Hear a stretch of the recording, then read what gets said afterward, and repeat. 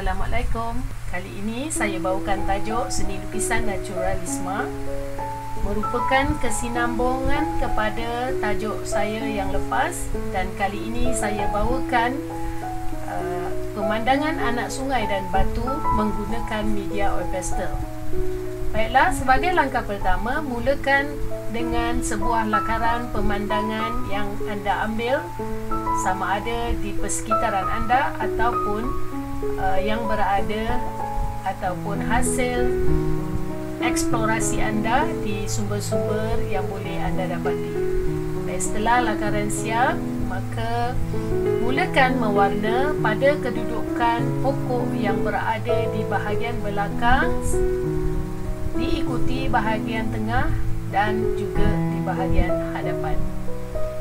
Melukis lanskap yang mengandungi sungai dan batu ini adalah merupakan cara terbaik untuk meningkatkan kemahiran seni kerana pelbagai permukaan tekstur. Di situlah anda boleh mengasah skill melukis anda, seterusnya mewarna. Baiklah, dari segi pewarnaan, pilihlah warna-warna yang bersesuaian. Dan biasanya bila menggunakan oil pastel, banyak terdapat warna-warna pilihan, dan seharusnya warna yang di bahagian belakang lebih lembut dan agak kabur. Jadi pemilihan warna kena tepat dengan kedudukan pokok tersebut. Dan dipentingkan juga pewarnaan pada satu pokok ke pokok yang lain dengan memasukkan ton warna yang pelbagai. Dengan cara ini, anda dapat membezakan kedudukan sesuatu pokok tersebut. Baik, teknik yang saya gunakan untuk mewarna pokok ini adalah silang pangkah ataupun lakaran seperti bintang. Bila anda penuhkan setiap bahagian pokok tersebut, maka akan terhasillah seolah-olah bentuk-bentuk daun terbentuk. Setiap satu bahagian pokok dan juga pokok yang lain perlu ada kesinambungan dan persepaduan di antara pokok-pokok tersebut. Jadi secara tidak langsung, apabila kita memasukkan warna, kita akan dapat membezakan antara satu kedudukan dengan kedudukan yang lain. Baiklah, bagi warna pokok yang saya tunjukkan di dalam video ini, saya menggunakan warna biru lembut, kemudian biru gelap, kuning, hijau muda dan juga hijau gelap, termasuklah olive green. Jadi warna-warna ini anda gabungkan sehinggalah dapat ton yang menarik. Kerjakan keseluruhan dengan menitik beratkan di mana seharusnya anda gunakan warna cerah dan juga warna gelap. Di sini saya gunakan warna biru gelap ataupun ultramarine blue untuk mendapatkan warna daun yang lebih gelap.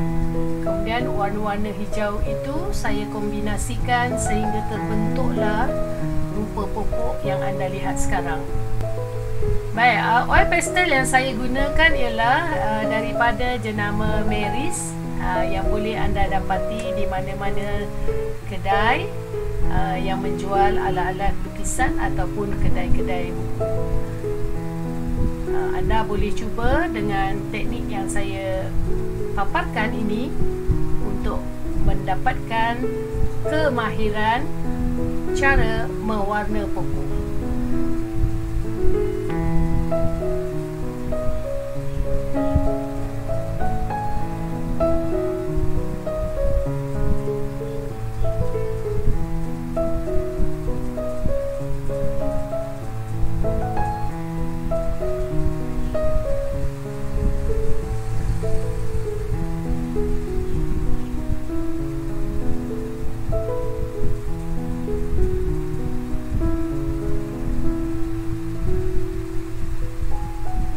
Dia diingatkan apabila anda hendak blendkan warna atau campurkan warna antara satu bahagian dengan satu bahagian, teknik yang kita guna ialah teknik lorekkan pada warna antara dua warna. Di bahagian atasnya anda gunakan teknik lorekkan.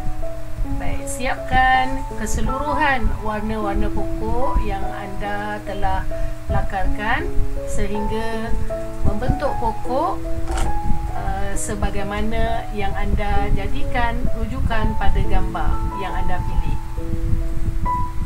Sebenarnya saya menghasilkan lukisan ni merujuk kepada gambar, jadi saya tak adalah tunjuk gambar dekat sini. Saya hanya menunjukkan video yang saya hasilkan dan cara saya mewarna.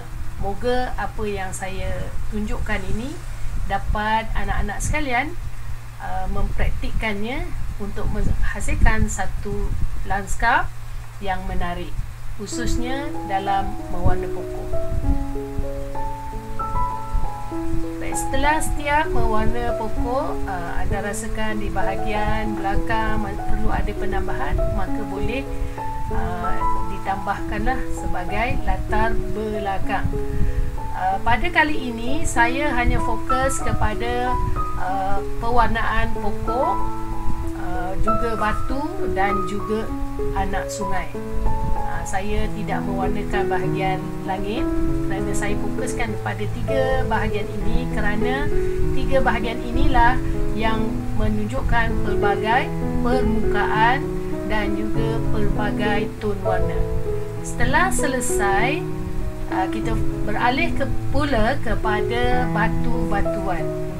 Baik, mulakan batu-batuan yang berada di kedudukan di belakang sekali dan barulah bergerak ke bahagian tengah, seterusnya bahagian hadapan.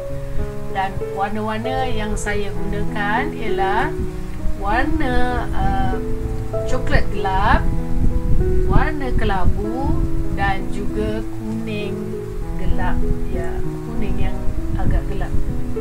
Jadi kombinasi warna-warna ini akan mendapat tekstur batu yang menarik. Baik, biasanya di bahagian batu yang terlindung ataupun bahagian batu yang hampir tenggelam dengan air, warnanya adalah lebih gelap. Kemudian masukkanlah warna-warna lain. Yang ini saya gunakan teknik garisan, kemudian saya blendkan warna-warna tersebut. Baik, masa permulaan kita memasukkan warna, jangan ditekan, ya. Bila anda tekan pada permukaan kertas tersebut, warna tersebut akan mati. Jadi bila anda masukkan warna kedua atau ketiga, anda tidak dapat mencampurkan warna dengan baik. Jadi untuk yang lebih baiknya ialah kita buat lakaran keseluruhan. Masih nampak kesan-kesan putih tu, itu menunjukkan bahawa warna itu masih boleh ditambah. Tetapi sekiranya bila anda tekan warna tersebut pada kali pertama, dan akan menimbulkan masalah bila anda hendak memasukkan warna kedua dan ketiga. Anda boleh cuba untuk mendapatkan kesan yang terbaik, supaya dengan penerokaan cuba jaya dari anda akan dapat mengetahui kesan-kesan yang saya katakan sebentar tadi. Baik, selesaikan keseluruhan batu-batuan yang terdapat pada lakaran tersebut dengan memasukkan warna-warna yang saya sebut tadi. Pergi ke bahagian tengah, dan batu-batu kecil tu sebenarnya tidak susah, ya. Apabila anda menggunakan oil pastel, gunakan di bahagian belakang warna tersebut. Bentuk warna oil pastel ni macam kapur, tapi dia bukanlah kapur. Biasanya di bahagian belakang dia permukaan dia rata, Jadi sangat sesuai bila anda memerlukan untuk membuat garisan-garisan, terutamanya pada objek-objek. Begitulah seterusnya anda lakukan supaya kerja-kerja anda kelihatan agak kemas dan bersih. Dan sekiranya terdapat habuk-habuk daripada oil pastel tersebut, jangan dikesat ya, ataupun warna yang anda pegang itu kotor, jadi perlu dibersihkan dengan tisu ataupun kain buruk supaya kesan warna yang tinggal pada warna tersebut tidak bercampur dengan warna yang anda buat.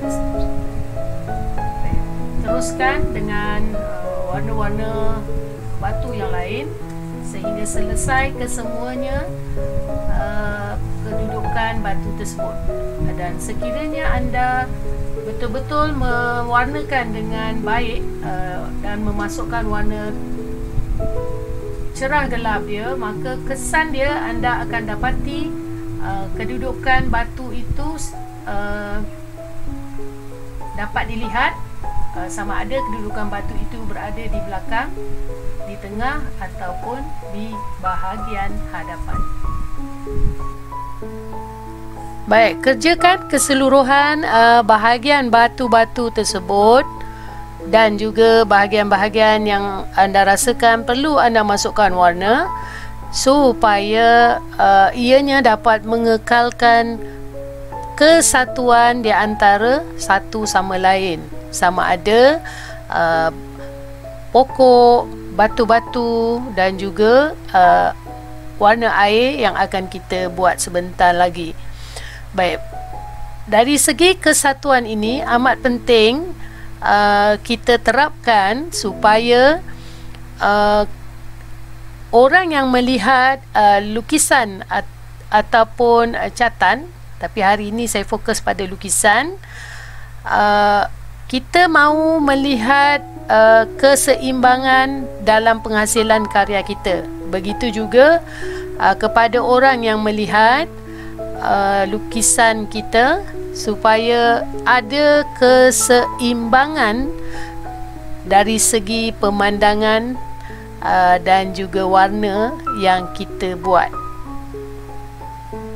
Baik, habiskan keseluruhan batu-batu tersebut. Kemudian ada di belakang saya ni sebenarnya ada pokok di bahagian depan. Jadi di bahagian depan sekali, jadi kita perlu habiskan warna-warna pokok tersebut, dan warna yang saya gunakan masih sama dengan warna pokok yang di belakang, cuma dari segi campuran warna itu terpulang pada anda sendiri supaya masih menampakkan terang gelap pada gambar.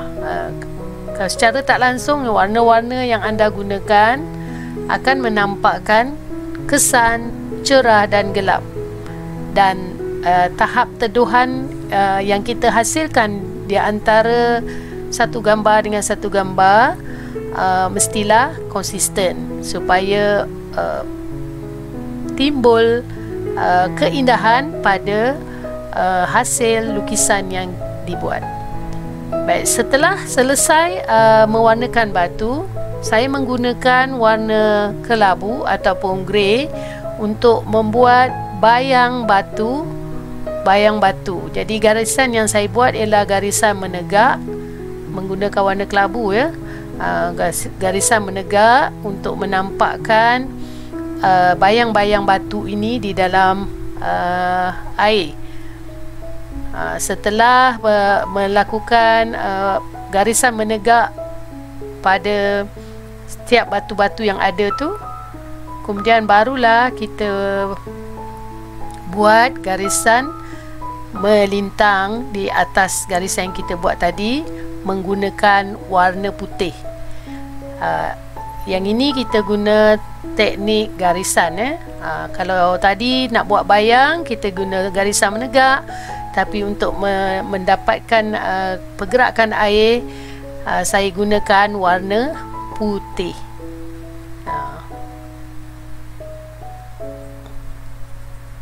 Yang ini sebenarnya pergerakan lukisan yang dicepatkan, sebab kalau buat secara live mungkin mengambil masa yang panjang.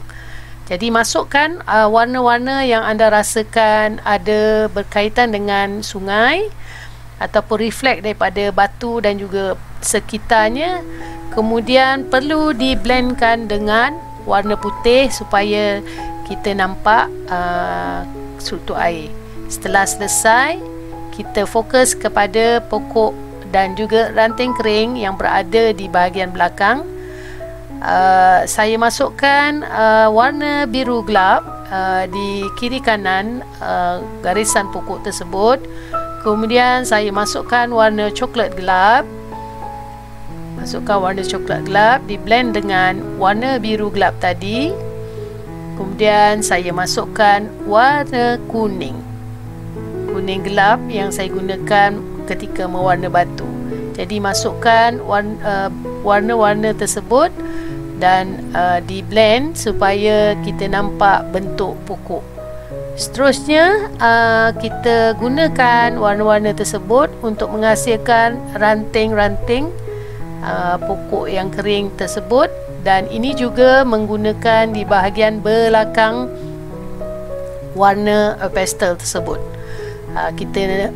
Tujuannya ialah untuk mendapatkan kesan garisan yang halus dan mudah digerakkan, sebab rantai pokok jarang yang bergaris lurus, dia ada bengkak-bengkok, berliku. Jadi bila awak menggunakan bahagian belakang oil pastel tersebut, maka terhasillah ranting secara tidak semula jadi. Yang ini ikut tangan anda lah, lembutkan sedikit pergerakan tangan tu, maka akan dapat gerakan pada ranting. Menarik anda boleh cuba, sebab apabila anda kerap melakukan cuba jaya berkaitan dengan lakaran dan lukisan seterusnya, memasukkan warna, maka akan menambah kemahiran anda melukis. Tidak ada pembelajaran yang hanya belajar sekali dah pandai, tetapi untuk kemahiran, meningkatkan kemahiran demi kemahiran, kita perlu selalu melakukan latihan. Baik, akhir sekali saya masukkan juga warna langit, dan warna yang saya guna ialah warna biru langit dan juga putih. Saya sapukan biru dahulu, kemudian saya blendkan dengan warna putih. Saya tidak warna keseluruhan pada bahagian-bahagian langit ini, hanya sebahagian, dan hasilnya kita dapatlah tumpuk-tumpukan awan. Demikian tadi tunjuk cara yang saya tunjukkan bagaimana menggambar ataupun mewarna menggunakan oil pastel. Semoga apa yang saya tunjukkan tadi dapat memberikan manfaat kepada anda semua. Jumpa lagi.